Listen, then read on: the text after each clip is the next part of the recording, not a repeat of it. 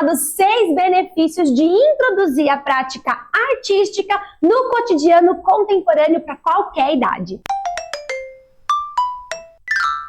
Oi, Quilters! Que maravilha! Bem-vinda ao Orbita Quilting. Eu sou a Aline Bugarim. Natasha Bugarim. E hoje a gente vai falar dos 6 benefícios de introduzir a prática artística no cotidiano contemporâneo. Ou seja, as coisas boas que vêm junto quando a gente faz uma prática artística. E a gente colocou 6 que resumem um pouco os milhares de benefícios que a prática artística tem para todas as pessoas. Então, se você está estressada, se você não tem tempo para nada, se você não consegue pensar direito, se você está aposentada, se você precisa de uma ocupação, se você não precisa de uma ocupação, vem ver esses benefícios que eu tenho certeza que algum deles vai te surpreender. Já comenta se você gostou do tema e se inscreve no nosso canal para falar de todas as coisas artísticas mais lindas e absolutamente maravilhosas do mundo. Vamos começar com o primeiro grupo de benefícios. A gente colocou 2 em cada grupo para ficar bem fácil e bem didático. O primeiro grupo de benefícios são os benefícios pessoais. E a primeira parte desses benefícios pessoais são os benefícios de criar espaço mental para o cérebro não pensar em outras coisas. Por quê? Eu não falei se você está sem tempo, se você está estressada. O nosso cérebro precisa de espaço, precisa de ócio. Já tem diversas pesquisas científicas demonstrando isso, né? Que a gente precisa fazer nada. Mas hoje, na nossa vida atual, é muito difícil a gente falar, vou sentar na varanda e ficar aqui contemplando igual os ursos que contemplam. Geralmente o nosso fazer nada contemporâneo é... É a pior coisa que tem, você perder esse tempo seu aí na tela. Isso, exato. E aí, se você não cria esse espaço mental para não pensar em nada, você não tem ideias, você não consegue gerir o seu tempo, você não consegue ter clareza mental para identificar o que na sua rotina está tão estressante, você não consegue processar o estresse. Tem diversos benefícios só neste único tópico aqui, desse primeiro grupo de benefício de introduzir uma prática artística, porque a prática artística, ela se assemelha, né, à meditação, que é você coloca a sua atenção ali, e aí você tá só pensando naquilo e tá completamente relaxado. Então tem benefícios físicos, psicológicos infinitos. Inclusive, né, tem um conto aí que a filosofia explica, que é o seguinte: foram uns galerinhos ali, um pessoalzinho, subir uma montanha para falar com um sábio. Chegaram no alto da montanha, depois de muito andar. Eu tô resumindo muito a história, mas muito conto. O ponto que interessa é o que eu vou contar. Aí ficaram ali com o sábio tal, e falaram: sábio, como que você é tão sábio? E aí ele falou assim: quando eu tô descascando uma laranja, eu tô descascando uma laranja. Ou seja, ele tá pensando ali, tá presente, fazendo só aquilo. Então, quando a gente faz uma coisa artística, a gente tá fazendo só aquilo, né? Às vezes, raramente, a nossa mente vai pra lá, pra cá, mas muito rápido, ela já volta para o que está fazendo, porque senão você não consegue fazer aquilo, né? Então isso é um momento muito importante para a gente aprender também a ficar presente naquela atividade e não com a cabeça viajando na maionese. Sim, se você quiser que a gente entre mais fundo em algum benefício que a gente vai citar aqui, deixa nos comentários, porque a gente tem que passar meio rápido, porque a gente vai falar de 6 hoje, né? Vamos pro próximo, então. O próximo é a autoexpressão. Mas a autoexpressão é importante pra quê? A autoexpressão é imprescindível, porque a gente vive num momento social que, apesar de ser individualista, né, o momento histórico social é individualista, e não me pergunte as questões profundas, esse é o resumo, a gente, apesar disso, se conhece pouco como ser humano, como pessoa. É o que a gente mais vê na internet. Eu tava numa relação abusiva, não sabia. Eu tava não sei o que, me relacionando com uma pessoa narcisista, não sabia. Eu sou uma pessoa tóxica, tenho momentos de comportamento tóxico e não sabia.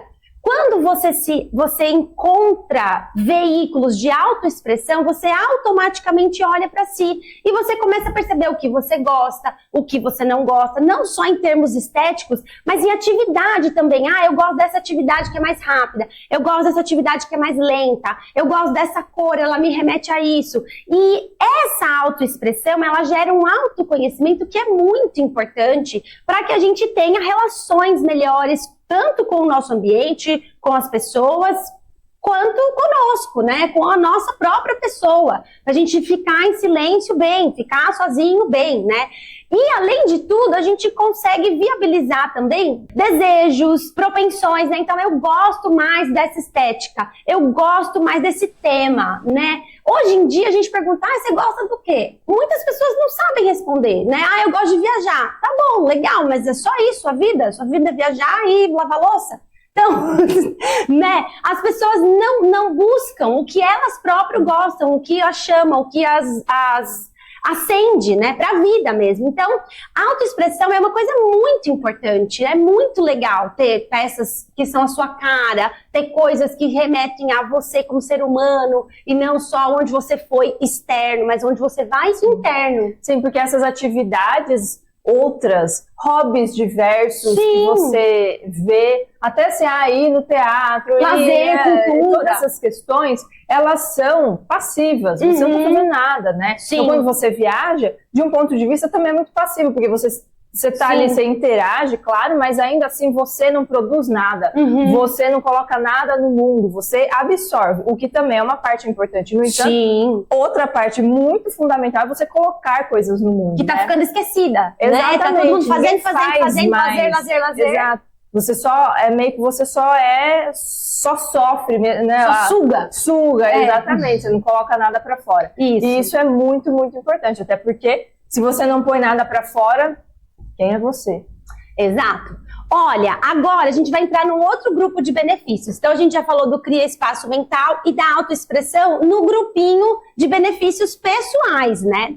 Agora a gente vai entrar num grupo que eu vou tentar ser bem concisa. Eu vou tentar, gente, porque, de novo, como todos os benefícios que a gente está falando aqui, dá para destrinchar em 1 milhão de coisas, porque eles são bem resumidos. Mas tem gente que nunca parou para pensar nisso. Nunca parou para pensar que uma prática artística não é só fazer uma coberta linda para se cobrir, né? Tem outras coisas envolvidas, tem aspectos e camadas muito profundos nessa prática, né? E é isso que a gente está tentando conversar aqui nesse vídeo.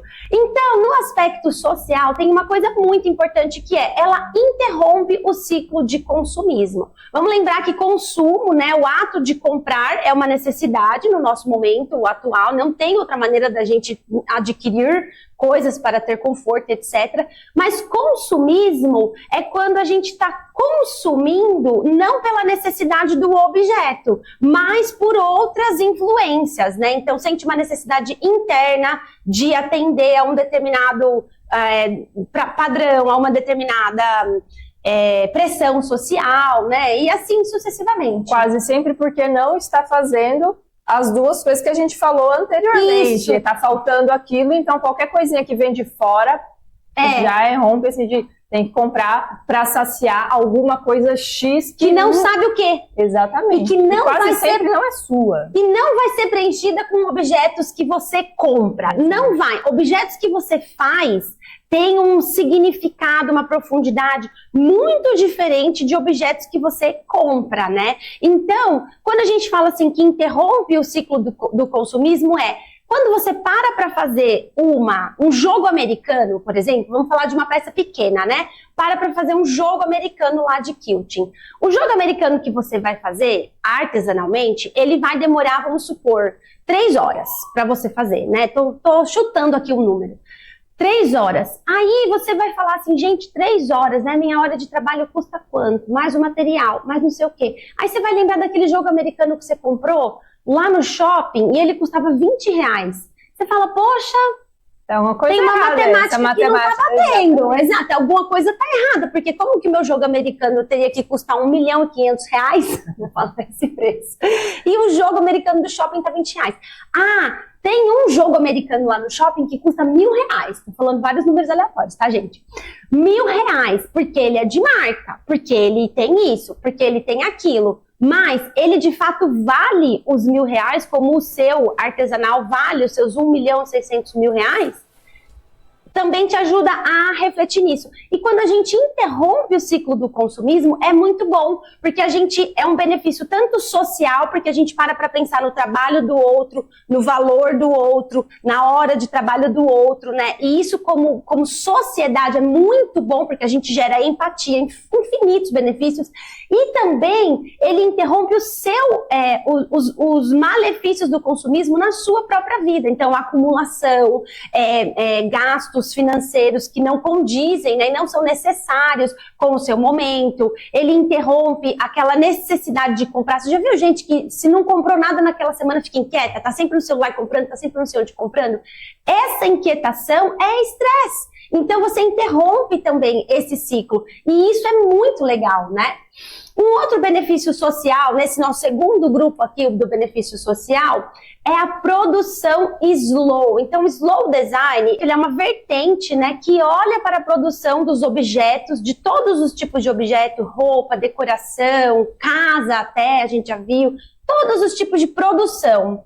E fala que as coisas feitas lentamente, além de ter maior qualidade, elas têm mais respeito pelas pessoas, porque tudo que é produzido está sendo produzido por pessoas em alguma etapa. Não é possível, ainda hoje, apertar um botão, mesmo até porque apertar um botão já seria um ser humano, né? Não é possível programar uma máquina para ela trabalhar sozinha o tempo todo, 24 horas por 7. Sem nunca precisar de manutenção, nunca precisar, sei lá, dar um piti ali na máquina, porque sempre vai ter, né?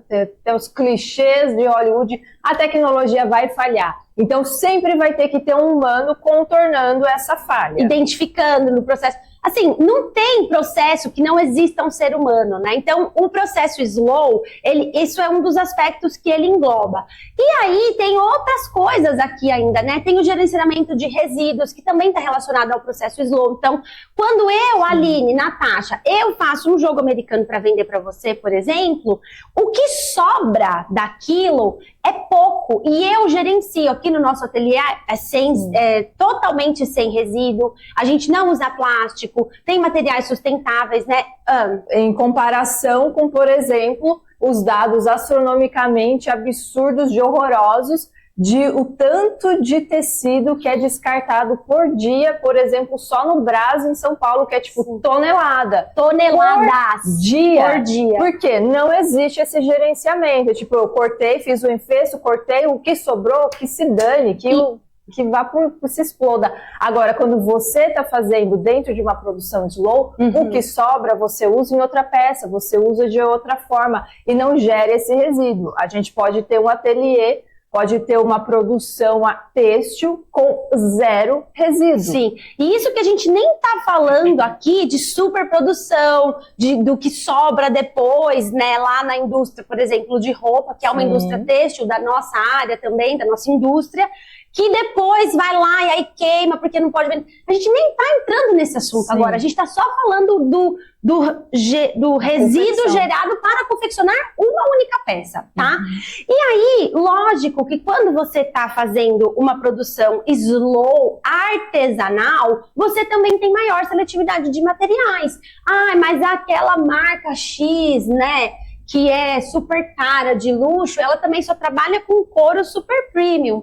Mas o material pode ser ótimo, mas e a mão de obra? E o processo? E as peças a mais? Então, não é só uma questão do material, é também a seletividade de material. E aí, aqui, por exemplo, nos nossos quilts, nas nossas peças, os nossos objetos têxteis, a gente só faz com materiais que a gente tem o mínimo de sustentabilidade, o mínimo de consciência. Então, o nosso algodão, eu ia falar ecodão, o nosso algodão, que é o ecodão, ele é sustentável, ele não tem tóxicos, é todo o processo industrial, não é só quando chega aqui, todo o processo industrial antes dele tá aqui. Lógico, a sustentabilidade está caminhando ainda no Brasil, né? Tem muita coisa legal, mas tem muita coisa para fazer. Então, a gente fica dentro do possível, mas a gente ainda fica com isso em mente. Uma grande empresa, uma fábrica que está visando lucro, lucro, lucro, fast, fast, fast, ela não vai se preocupar com isso. Tanto que tem o greenwash, que é o quê?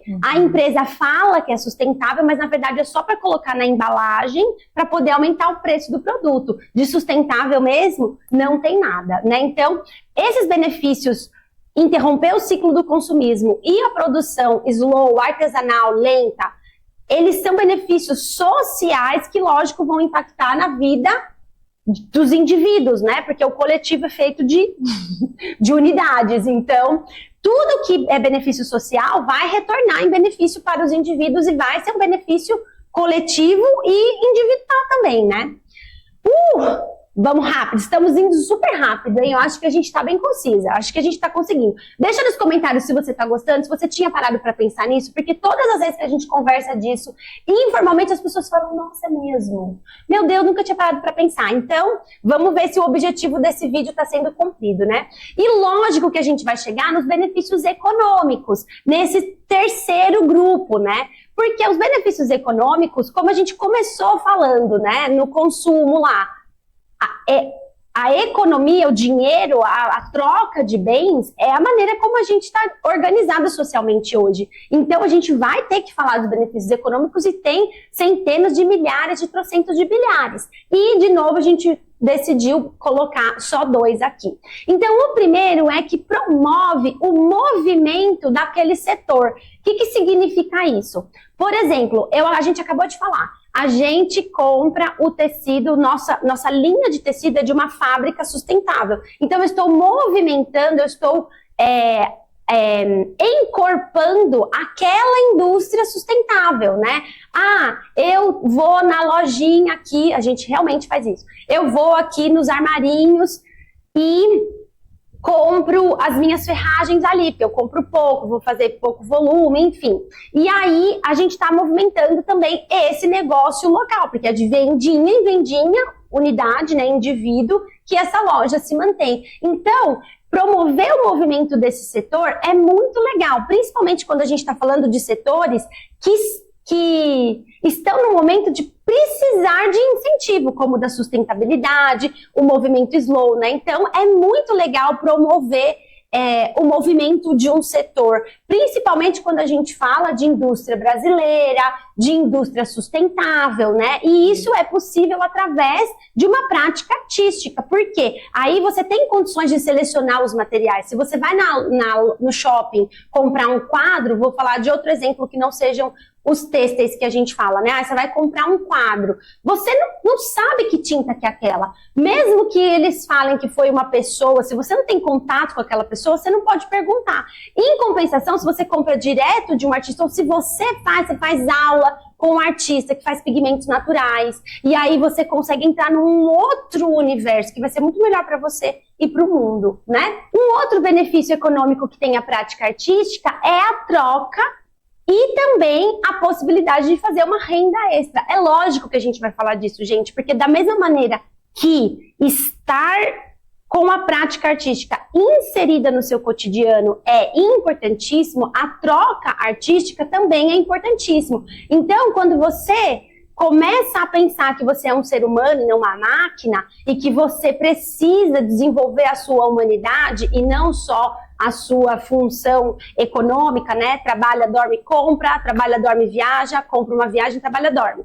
Quando você sai desse ciclo, você se vê como um ser humano e você tem condições de fazer trocas. Então, tanto você pode oferecer a sua arte para venda, para escambo, tem bastante, né? Então, eu amo esse restaurante. Alguém lá do restaurante amou também o que eu faço. A gente troca várias refeições por um negócio. Acho super legal, né? Porque é uma outra maneira de ter bens, ter serviços através da sua humanidade. E, lógico, você também pode vender a sua peça por dinheiro, né? Como a gente aqui, inclusive, faz, né? Vende as colchas que a gente faz, se você encomendar e tal, você pode, como um monte de aluna nossa faz. Esse é um dos objetivos principais das nossas alunas, pelo menos, que é gerar renda extra, né? Fora, lógico, o desenvolvimento artístico. E isso é muito legal, isso é uma possibilidade muito prática. E se a sua prática artística reflete a sua humanidade, ela tá amarrada em todos esses benefícios que a gente falou aqui, porque você tem consciência e está ativamente pensando sobre esses termos, automaticamente já está diferenciado o seu produto, né? Porque tem gente que faz artesanato, tem gente que faz arte, mas não está usufruindo desses benefícios que a gente está falando aqui. Então, eles estão muito próximos do que tem no shopping. E esse é o maior erro das pessoas que fazem práticas artísticas, é querer se aproximar do que tem na indústria, que é suja, tóxica e tóxica em todos os aspectos, né? Então, é muito legal.